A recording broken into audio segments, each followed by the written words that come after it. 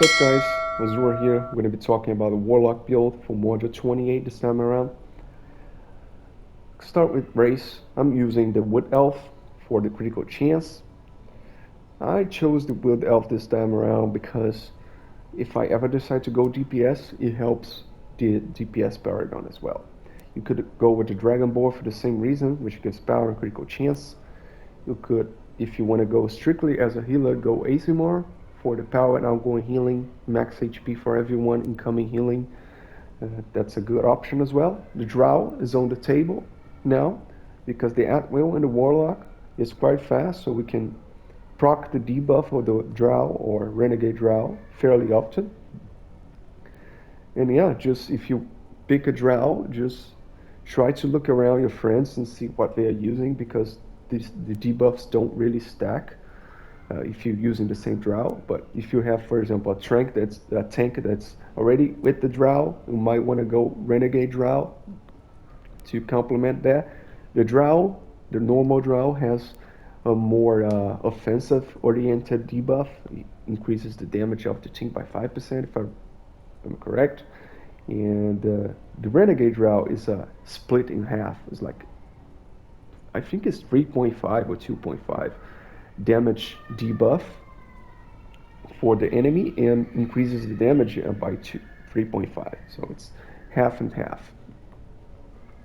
So look around your friends, see whatever they're using and choose accordingly.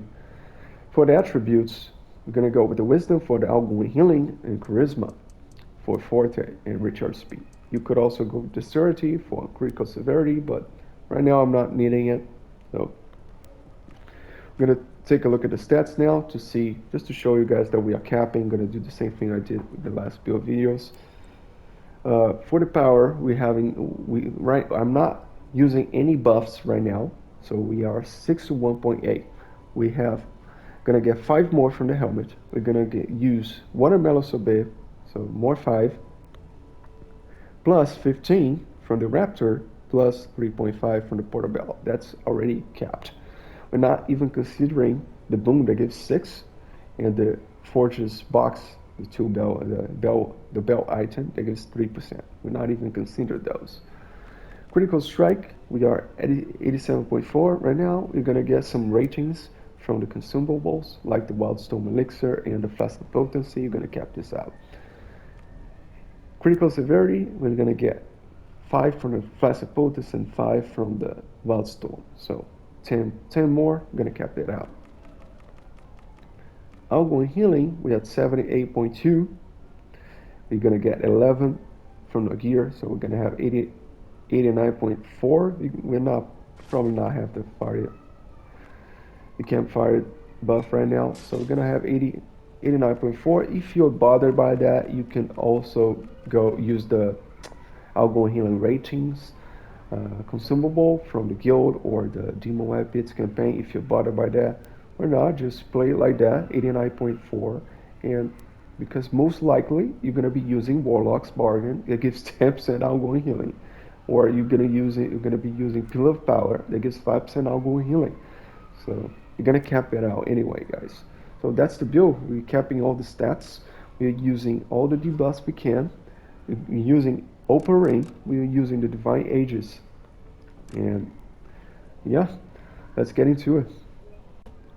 So guys, for the headpiece, we're using the new one for 5% power, 5% outgoing healing. You can go with the older ones for critical strike from the Moon Dancer. You could go critical strike from the Demon Web Pits, Raincatcher, the upgrade version that comes from the hunts on the Demon Web Pits. We do have some critical severity ones from the hunts as well. And you can use the regen. I don't have the regen one here. The one that you get from MTOS, it will stack with the boots.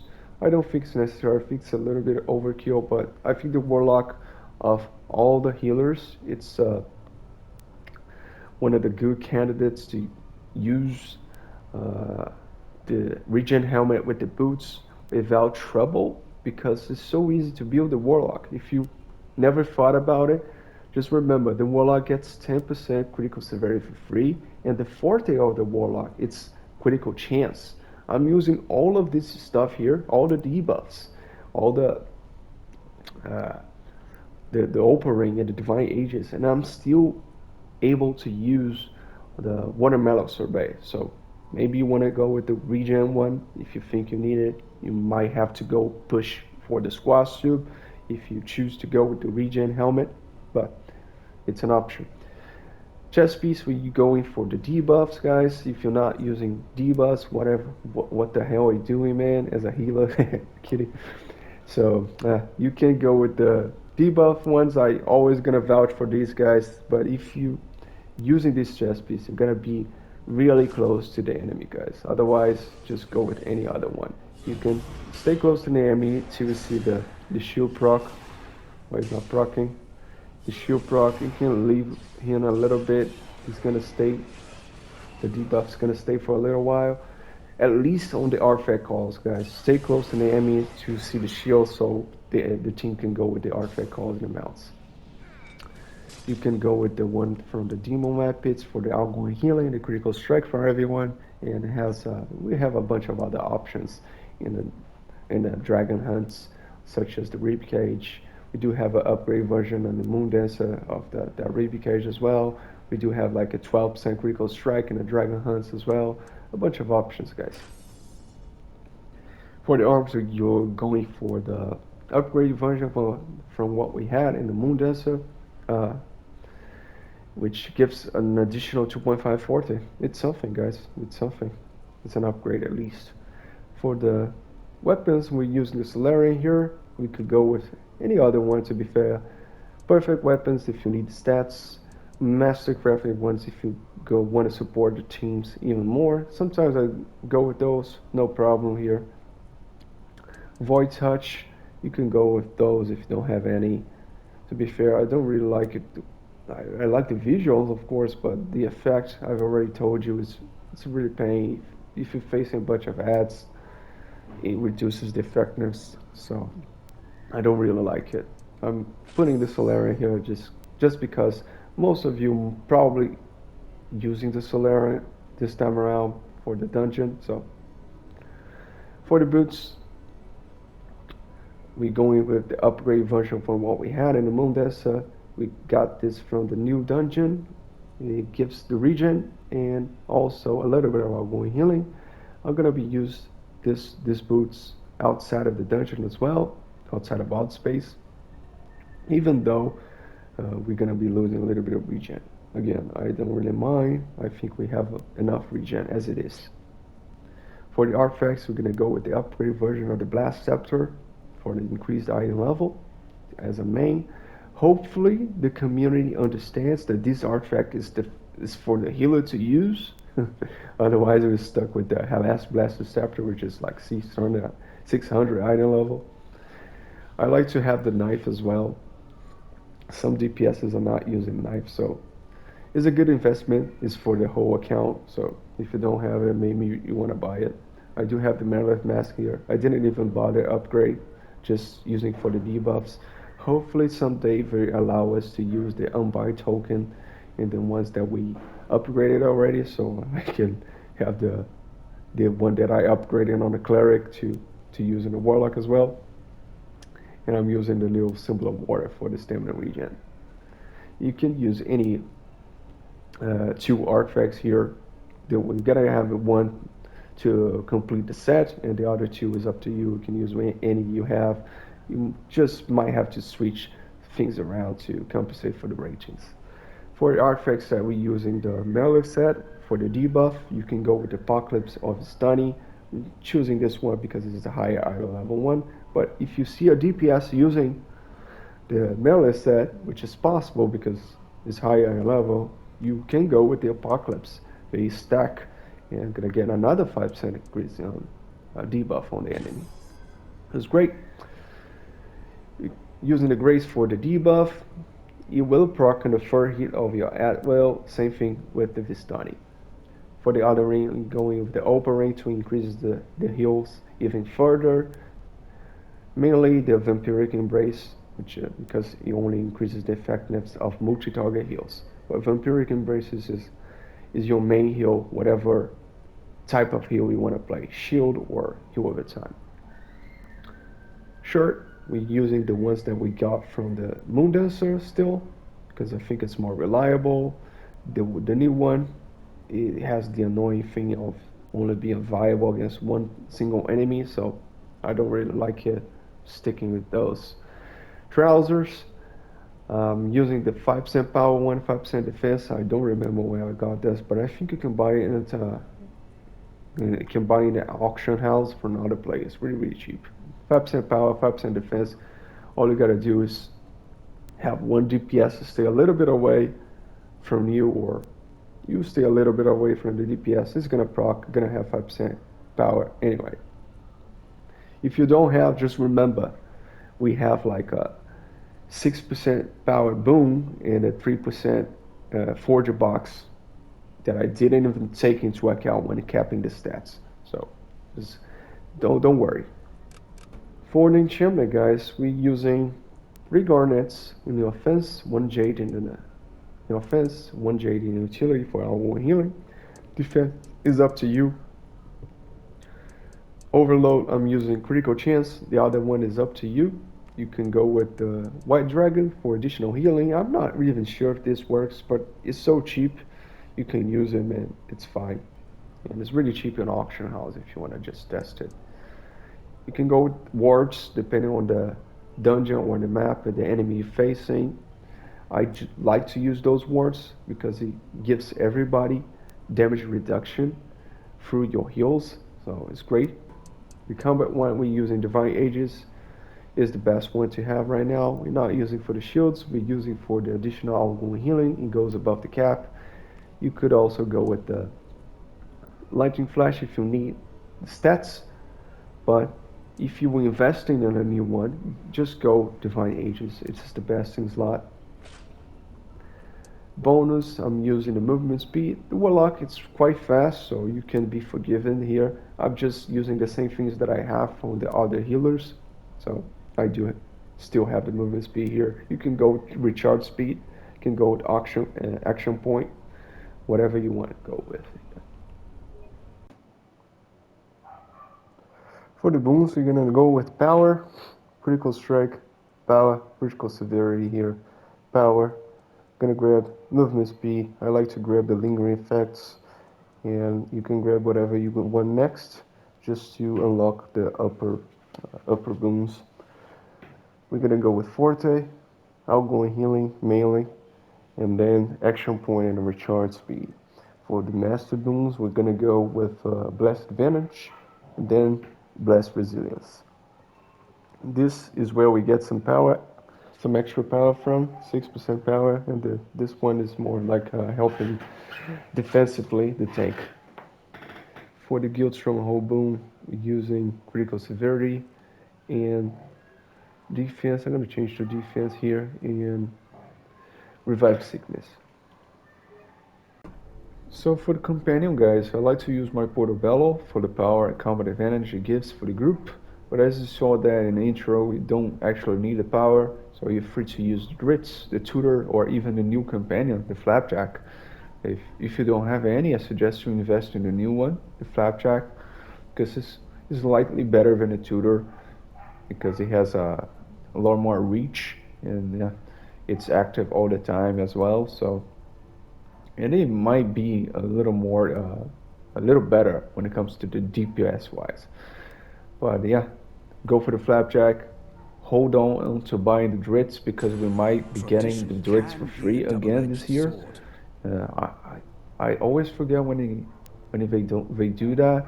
I think it's the end of August, September, something like that. They tend to give the Dritz for free. It's a kind of a drow pack. It gives the Dritz, the Renegade Drow,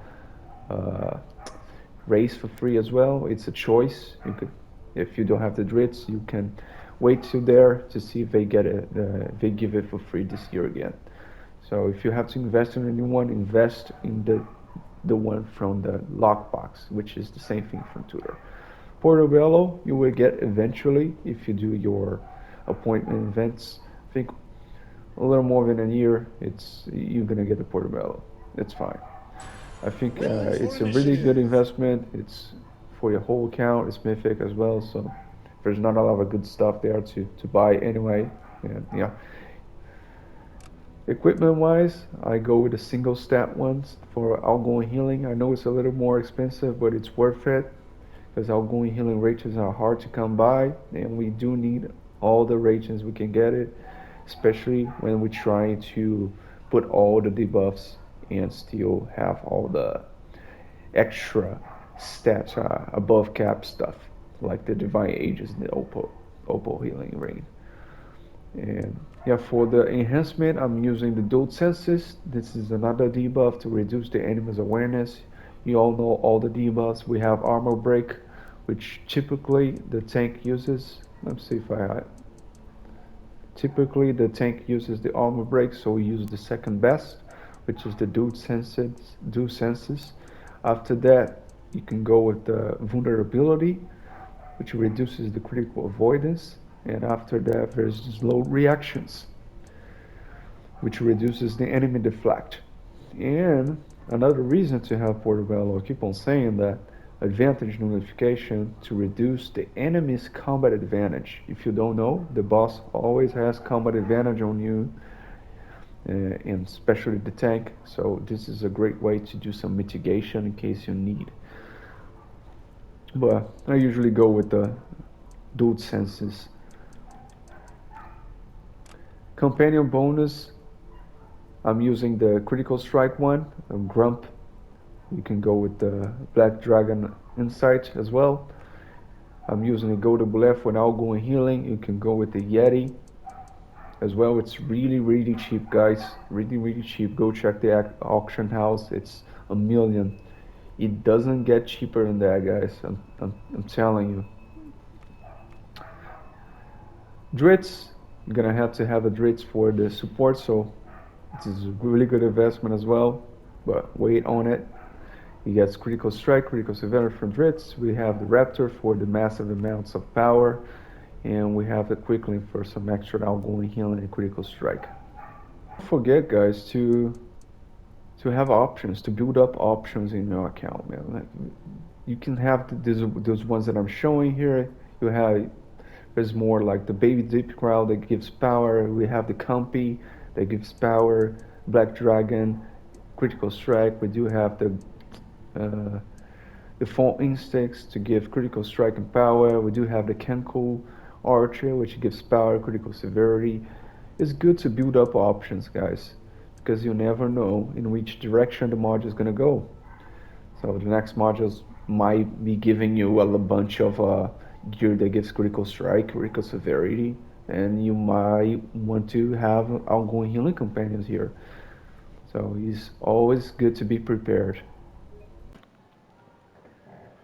For the mounts, guys, the same thing. I'm gonna have the same four for combat power: Eclipse, Bat Swarm, Rex, and Pegasus. After that, you can invest in some more debuff ones like the balloons. After that, you can go with such stuff to help you out with the DPS, like the Vortex from the carpet. You can go pushback, like the wings. And there's a couple others that you could go for, like tunnel vision, so just to do questing and everything. But mainly the debuff ones go first for the Pegasus. Maybe it's the easiest when more versatile. I think Pegasus and Rex gotta have at least two in case you're using the same one as the tank, so you can switch around. For the equipped auras, we're gonna go with Mystic Aura, Runic Aura, and Back Tactics. Those are the three ones you should have. I usually run with either Runic or Mystic because it gives me a little bit of power as well. But yeah, just have these three available so you can switch around depending on the group needs. So for the collar, guys, we're using the same things. We're using outgoing healing collar and the critical severity. The rest is up to you. I use movement speed for the mobility. I use rough AD to get my daily stuff easily, and I use encounter powers just in case I decide to build a DPS. Insignia bonus, Shepherd's Devotion. We're not spamming dailies, but this is the defensive boost and movement speed boost whenever you use a daily, so it's great. Mendes Covenant for some additional healer ratings. Gladiator's Ghoul for some movement speed. I know the Warlock is quite fast, so you might not need to use a bunch of this, but remember this also gives you stamina regen whenever your stamina is low, so it's great to have to regain the sleep that we get from the Warlock. Magistrate Expansions is the best support one in my opinion. Whenever you critically heal someone, you get everyone will get the buff from the critical avoidance, which is a defensive boost to everyone. So great, it's always going to be up because it procs on your heal. Lionheart Perseverance, which is an emergency heal whenever you will get low health. You can definitely use another Mendel's Covenant, some additional healing ratings. You can use Assassin's Covenant for some additional, healing ratings as well. I know we're gonna get some DPS ratings in the mix, but you could go with it. You can use Survivalist Expertise for some Forte, which helps it with regen and some additional healing ratings. You could go with another Gladiator's Ghoul for some more movement speed and more stamina regen. Shepherd Devotion, I wouldn't go with more than one. Yeah, that's about it. So guys, let's talk about the power, and the first thing we're gonna talk about here is the last feat, which determines, well, what's the play style. This one is that I'm using here, Hell Pact. We're gonna give you shields on your heals, and the Fate Pact it's gonna give you heal over times. So depending on what you need, you might want to switch around. If you need some extra mitigation, you might want to use the shield. If you're under a lot of DOTs and have damage over time effects in the dungeon, you might want to go with the Fate Pact for some more heal over times. We can get up to 3 heal over times with our encounters, but most likely we're gonna have 2 only. And yeah, I've been using the Hell Pact. It's really good for the new dungeon, especially in the last boss, because the DPS needs some mitigation there, just in case they take a little. If the DPS is not so good, the boss fight might take a little too much time, and the damage on the middle there's a big explosion that comes from the middle, might kill the DPS. So it's good to have the extra mitigation. And in the other cases, it's good to have the extra layer of protection there, just to try to avoid the one-hit kill scenarios that the DPS suffers a lot. So it's up to you. You can go with both. Both are really strong. That's why the Warlock is in a very good position right now when it comes to versatility. He's really strong with both, to be fair. It's not as good. The shields are not as good as strong as the Paladin. You can watch a video that I made about that, but it's really, really good. It's powerful enough.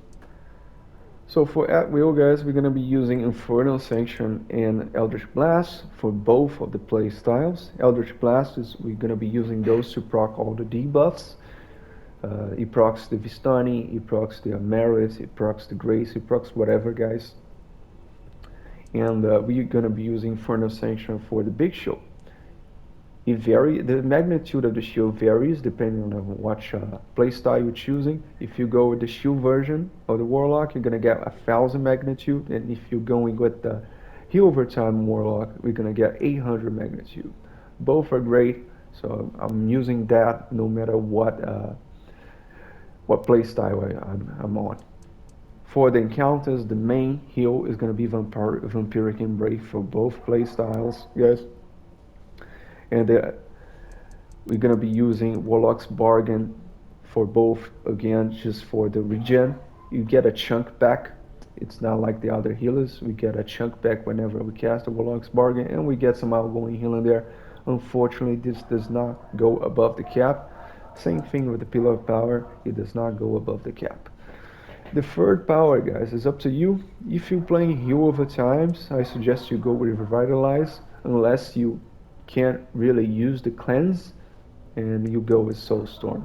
If you're playing shields, I don't think Revitalize is a great option unless you need the cleanse, because the shield that Revitalize gives is minuscule, and is kind of the same thing with the Vampiric Embrace. So The Vampiric Embrace shield is bigger, and you don't have to aim or anything, so it's just better to use Vampiric Embrace whenever. So I don't see why would you use Revitalize unless there's no enemies in the room and you need to cast some heals. Yeah, that's a reason to use Revitalize. Other than that, you can go with whatever. You can go with Pillar of Power to increase people's damage mitigation. Again, the outgoing healing doesn't go above the cap here. You can use this stuff to mitigate the damage of the enemy, like the Plate of Vanquished Armies. I think there's another one here as well. I think it's that one, to reduce the enemy's damage by 5 to get some mitigation. This also gives mitigation, but that you throw in a player, this you throw on the ground, and this you throw on the enemy. So depending on the situation, there's one for each now. And yeah, I've been using a lot of Arms of Raider for the ads as well. It's a really good CC ability. It knocks down the enemies, so the enemies stay in place. It's really good. The cooldown is really fast. The cooldown gets bigger and bigger the more you use it, but usually only takes 1 or 2 casts for the DPS to kill all the enemies anyway, so it's great to have that. For the dailies, we're going to be using Soul Barrier and Soul Pact. All basically they do the same thing, guys. For the Soul Pact, it's more like a one-time thing, and people can be spread out, but the mitigation is the same. You're gonna heal people back up, you're gonna give them some mitigation. And the Soul Barrier, if they are together, it is ideally more if you have the group has to group up, and for the mitigation, you put that on the ground and people get the mitigation, which is the 10% again, and they get some heals on top of that. So yeah, people spread out, use Soul Pact. If your people are together, you go with Soul Barrier. For the class feature, you're using Shadow Walk for the movement speed, the critical strike, and Soulbound for the extra heal whenever someone drops below 50. And if you need the regen, but you can go with the Borrowed Spirit, but this only works on trials because you need to be healed by another player. So you can drop whatever you feel like here. You can drop the extra 2.5 critical strike here and go with the Borrowed Spirit here to get some extra regen if you're playing trials. So for the feat, guys, we're going to be using, the first feat here is again talking about regen. The Essence Power is the one I use because it's more it's going to be up all the time because you're going to be doing damage to the enemy for applying the debuffs. So it's going to be up all the time regardless of how you play. So it's great. The Essence of Time is actually a little stronger, but you have to wait for the effect to go to get bigger and bigger. And you're probably not going to be waiting because you're going to be casting another Vampiric Embrace whenever a person gets hit. So yeah, we do have so much regen, man, that we allow ourselves to not wait the heal over times and not wait anything. If a person gets damaged, the Vampiric Embrace is so good and so fast that you just automatically cast another one to heal the person. And yeah, if you're using Essence at the time, you're gonna get in trouble with the regen. I try to use that, especially if you're using the shield version of the Warlock. I try to use that, and it's really, really bad, man. Maybe with the heal over times is a little bit better, but you have to be patient. You have to be patient. If you know that your target already has the heal over time on it, don't cast another heal over time on top because you're gonna lose the effect of the Essence of Time. For the second feat, we're gonna be using Soul Reclamation again for regen. Whenever you drop below 30%, you're gonna start a regen effect on you to get back to 30%. So whenever this activates, guys, the life spike is gonna be busy, and yeah, if you try to use the life spark with Soul Barrier, we're gonna lose the regen effect of the Soul Reclamation. So just have that in mind. And then again, I think I missed that. If you're using Warlock's Bargain, you're gonna lose your life spark, so you're not gonna be able to cast your Soul Barrier. You're not gonna be able to cast your mechanic powers like the Life Pact and anything like that. Soulbound is not gonna work whenever you cast so your life spark is gonna be unavailable when you use a Warlock's Bargain. For the third feat, we're going to be using Soul Shaft. Again, some regen. Whenever you get struck, you get a 25 Soulweaver. As I said, the regen is here. It's just a little different than the other healers. We're getting some kind of chunks of emergency chunks like of Soulweaver here and there. So yeah. 4 feet we're using from the brink to increase the heals whenever we're healing someone that's really low. And the last feat is up to you, whatever you feel like it's necessary in the dungeon you're playing, the content you're playing. And that's it for the video, guys. I hope you guys enjoyed and learned something. And yeah, I think my voice failed me a little bit in the video. I'm a little bit sick right now, so if you guys didn't understand something, you can leave the question in the comment section. I'll be answering those, no problem at all. Take care, guys. I'll see you guys around.